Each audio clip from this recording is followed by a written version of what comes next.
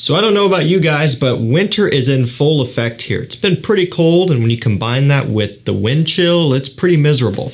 I really don't like it, but I do like winter fragrances, and this is the time of year where you can really bring out some super strong fragrances, almost to the point where in any other time of the year, these would almost be rendered unwearable because they are so strong. And if you were to wear these in any sort of warmer, more mild weather, you would likely end up annoying a lot of people around you, and even including yourself.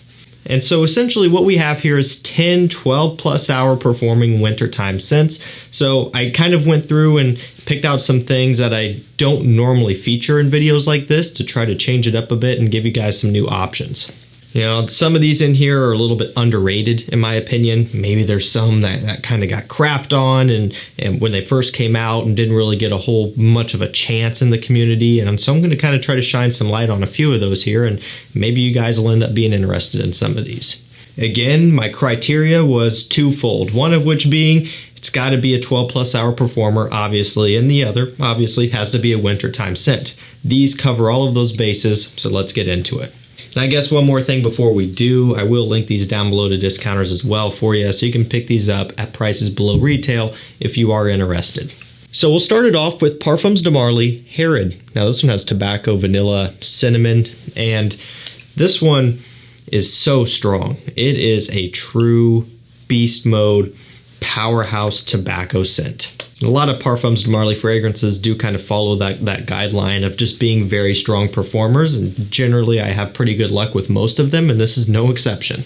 So another option could be, you know, your Layton, your Carlisle, that sort of thing. All of those would work and be great, but oftentimes I find myself forgetting about Herod, and it's frustrating because every time I do pick this one up and wear it, I'm reminded of how good it is, and it makes me want to wear it more. So that's kind of something I'm going to try to do, is make sure I'm giving this one the appropriate amount of attention because it's really good, and it actually it's one of the better tobacco fragrances out there on the market in my opinion, but for whatever reason it just gets overshadowed. Regardless of that, it's a great performer. You're going to have no issues with this one. If you want to stand out and cut through the cold weather, this is going to be perfect for you. Next up, we have DIOR Sauvage Parfum. So this is maybe not one you would normally think of firsthand when thinking about winter scents, right? We're thinking of the Spice Bombs and the Parfums de Marly Laytons and things of that nature. Generally, Sauvage might not come to mind. However, the Parfum version in particular does have much more of a winter-appropriate theme to it. The Eau de Toilette and the Eau de Parfum, yeah, they could be worn any time of the year, but the Parfum, not really so much, in my opinion. I don't think this one is as well suited for summer, the warmer weather. I think this one actually does better with some cold, because not only does it have kind of that ambroxan thing going on to some extent here, but you also get a lot of sandalwood, olibanum, even some tonka bean, a little bit of a creamy sweet orange, and so you're just getting some heavier notes here with this one. However, this one doesn't go as strong and abrasive, so to speak, as Sauvage Elixir, which that one is more challenging and could be a great choice for this list, but I wanted to keep it a little bit more tame with Sauvage Parfum. You still maintain a lot of mass appeal and versatility, but it does have great performance. Next up, we have Versace Eros Flame. Has vanilla, orange, tonka bean, and pepper in here. A little bit of a nice variation on the original DNA, being that orange coming into play more, the orange and the pepper. You're kind of getting a different take on the sweetness. It's a different variety of sweetness. You're getting a little bit of a spiciness out of this one as well. It's just a true flanker in my opinion. It doesn't branch off too far from the original, but it also doesn't smell like a carbon copy of the original. So there's a really, really fine line that I think flankers have to walk in order to be a really good flanker in and of itself, and this one nailed that on the head.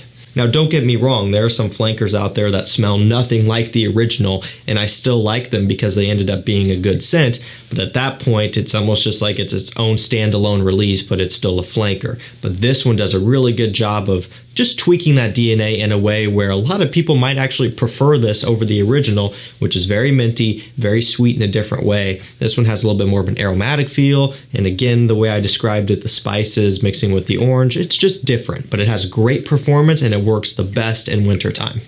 So we'll knock out one more niche scent here, and then it's all going to be designers going forward. But I wanted to throw a couple of these in because, you know, going over to the niche side, there's no shortage of beast mode 12+ hour scents. And so figured I'd throw in a couple, which is not something I normally do, but might as well. This one is KILIAN Black Phantom.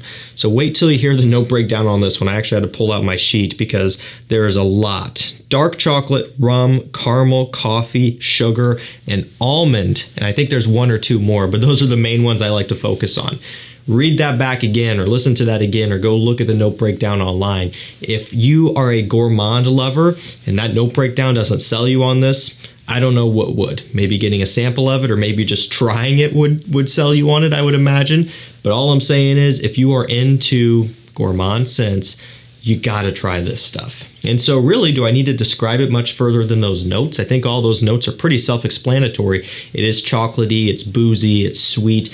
And I guess one thing I will say is it kind of has this, I don't know, kind of coffee Irish cream smell. So I've always described it, I've said this ad nauseum at this point, but it's like you're drinking coffee and you throw in a little splash of Bailey's Irish cream or something. And maybe there's a little bit of a mocha in your coffee as well, a little bit of a chocolate. That's kind of what this smells like in a nutshell. But it has amazing performance. You don't have to worry about that. Great projection as well. Talk about a comfy, cozy scent for the cold months. I mean, this one is amazing.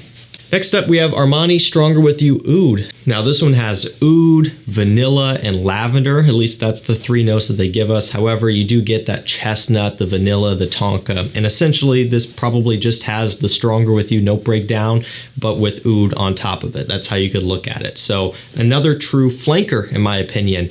It's really on par with that original DNA, but it also branches off just enough to, you know, kind of make it worthwhile to put out as like a flanker itself without being too redundant. So if you want a little bit more of a different take on the Stronger With You DNA, something maybe a little bit more interesting to you, definitely check this out. Great performance, perfect for wintertime.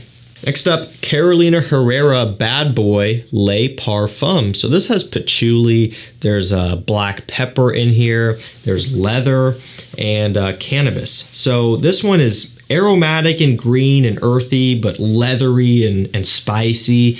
And really, I gotta say, this was kind of one of those ones that immediately got swept under the rug because before this came out, obviously this is a flanker, the original Bad Boy, that came out, and because of the bottle and even the smell, that one also got pretty quickly dismissed. And so when this came out, I think people were still kind of stuck on the original, the one before this, and they were like, this is not going to be good. It's going to be a throwaway.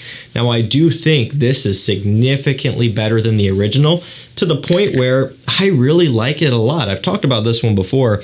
Nothing new to the channel, nothing new in general. There's a Bad Boy Extreme that's been recently released, or maybe not released, but launched, or I don't know. It's not available yet in the US market, but it's out there. It's going to be created. So we'll see how good that one is. But this one I do think is good on its own. You know, it's a little bit different. You know, you get the green earthiness, that cannabis note in here, which is really well done and tasteful. It's not too over the top, but it's not something you would wear in summer, not something you would even really wear in spring. At least I wouldn't. I think this one is really well suited for winter because it still has a lot of that original Bad Boy sweetness in here.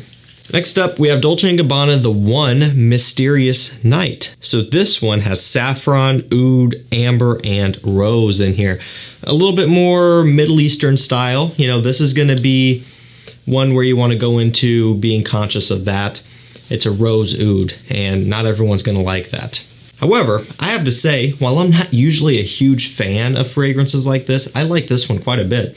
And I think that's because it's still pretty tame. I mean, look, this is still a Dolce & Gabbana The One, right? This is an exclusive edition, and generally these are going to be a little bit more daring and out there because the reach is nowhere near as much. Like, this is not going to be in every single Macy's and Sephora and Ulta and Walmart like the original The One is, but, you know, it's still going to reach a good amount of people. And so because of that, they're still going to tame it down a little bit.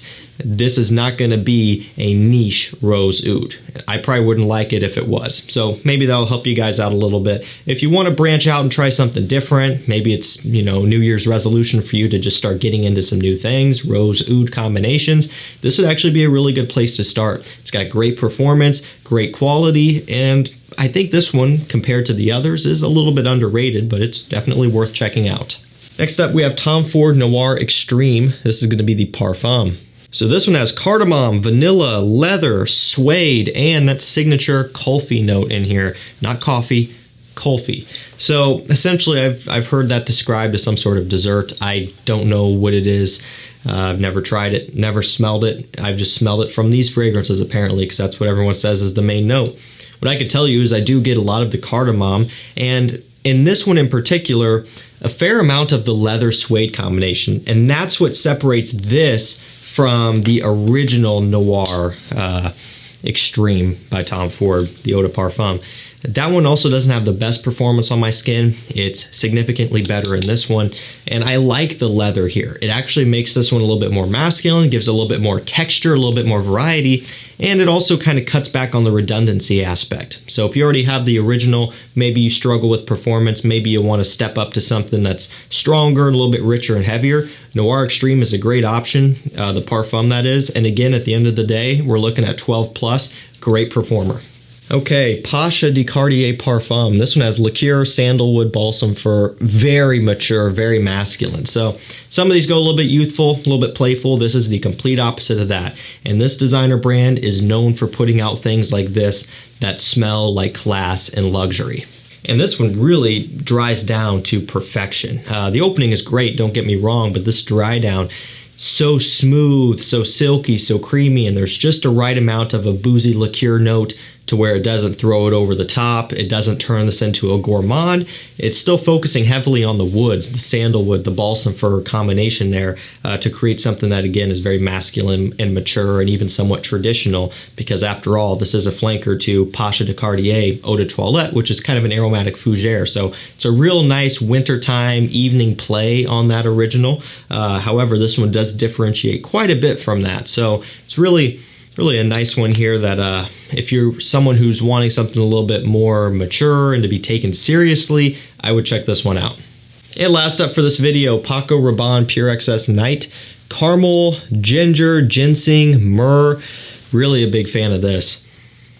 Smells great. Spicy off the top, but then dries down to perfection again with that smooth caramel, myrrh kind of sweetness going on. It smells great. I think this is amazing. And going into it, I was honestly really surprised because we're looking at PACO RABANNE, and not for nothing, they have a lot of great fragrances, but not in the way that this is. You know, this is actually really unique and quite different. It's out of the norm. A lot of what PACO RABANNE does is they put out things that are very much trendy and kind of the hot thing, right? And so this is kind of different than that, and that's why I really like it so much. So ultimately, if you were looking for something different, you want a nice, warm, spicy, but sweet wintertime scent with great performance, and ultimately just something that's maybe going to be more interesting from a fragrance enthusiast standpoint, I would definitely check this out. It's actually a little bit hard to get your hands on here in the US. Discounter-wise, it's often out of stock, but it does come into stock from time to time. And every time it does, I do post about it on my community tab, which leads me to talk about the community tab and my mailing list. I have a mailing list you can sign up to. I post deals on that list just about every day. Same with the community tab. Anything that's rare, like, you know, the Guerlain L'Homme Ideal fragrances, Dior Fahrenheit Parfum, La Nuit de l'Homme Bleu Electrique, Dolce & Gabbana, the one Luminous Night, the list goes on. So many of these things have popped up. I've posted about them and I've sent out emails. So if that is interesting to you, make sure you sign up and you check the community tab on a daily basis so you can check out and get some amazing deals. That's going to do it for me, guys. Thank you so much for watching. Leave me a comment down below. What are some of your favorite Beast Mode winter fragrances? And with that, we'll see you tomorrow with another one. Take care.